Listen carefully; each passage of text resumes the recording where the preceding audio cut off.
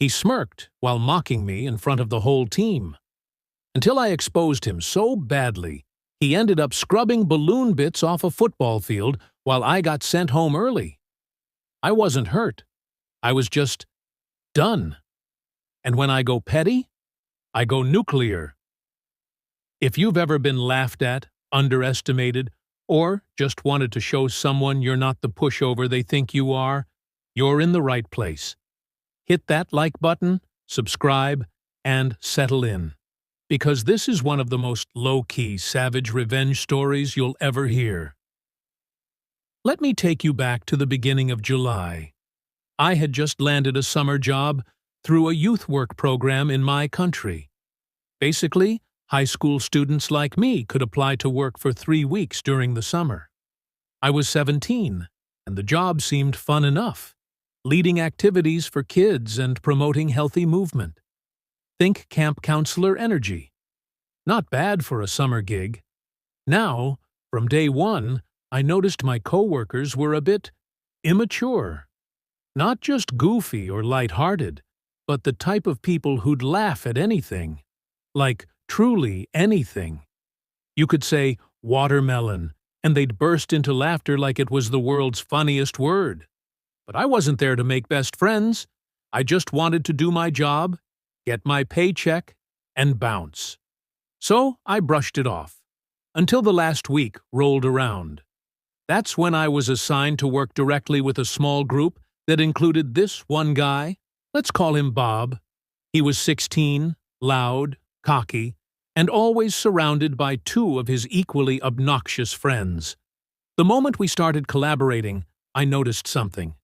Every time I spoke up with an idea or tried to organize something, Bob would glance over at his buddies, and they'd snicker. Not once, not twice, but every time. I tried to give them the benefit of the doubt. Maybe they were just immature. Maybe I was overthinking. But you know when something just starts grating on you? It wasn't just random laughter anymore. It felt like it was targeted, personal, disrespectful. Still, I stayed quiet, kept my head down, until the next day. When my supervisor pulled me aside, he told me he'd been observing the group and he had noticed it too. He said he had even confronted them while I wasn't around, warning that if he found out they were mocking me, he wouldn't hesitate to fire them. They denied it, of course, claimed they just had trouble being serious. I almost believed them, until Bob made a mistake. A couple of days later, it started storming, so we had to cut activities short. We still had about an hour left before clocking out, so the group decided to play a game of Mafia. For those who don't know, Mafia is basically a real-life version of Among Us. Some players are secretly the Mafia, others are villagers. The goal is to figure out who's who before the Mafia eliminates everyone. Everything was going fine, until 2 of Bob's friends were eliminated. That's when Bob dramatically pointed at me and said, and I quote, "We are laughing at her, so it's probably her." Yup. He actually said that in front of everyone, including our second supervisor. He literally outed himself. The game stopped. The room got quiet. And inside, I was screaming. Finally, I had proof that I wasn't being paranoid, that the laughter was about me.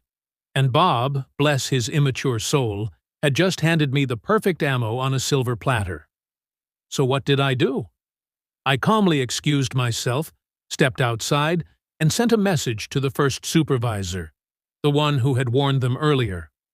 I made sure to sound vulnerable, hurt, like this had taken a real emotional toll on me. And within 5 minutes, my second supervisor got a call. They didn't say much in front of us, just whispered and nodded. But the tension in the air? Thick as molasses. Then came the final blow. Right before clock out, the second supervisor gathered everyone and gave a little speech about how the organization had 0 tolerance for bullying. He looked directly at Bob. Then came the cherry on top.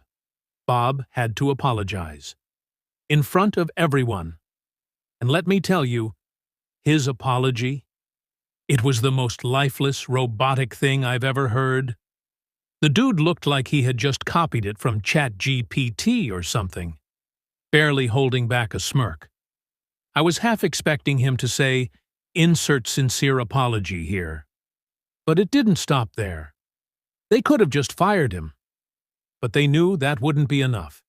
Instead, they made him work. Hard. For the final 3 days, while the rest of us did light activity work, Bob was sent around to clean, organize, haul supplies, basically everything that involved sweat and silence. Meanwhile, I was told to do less. Literally. My supervisor pulled me aside and said, "You've had a rough time. I want you to just relax a bit."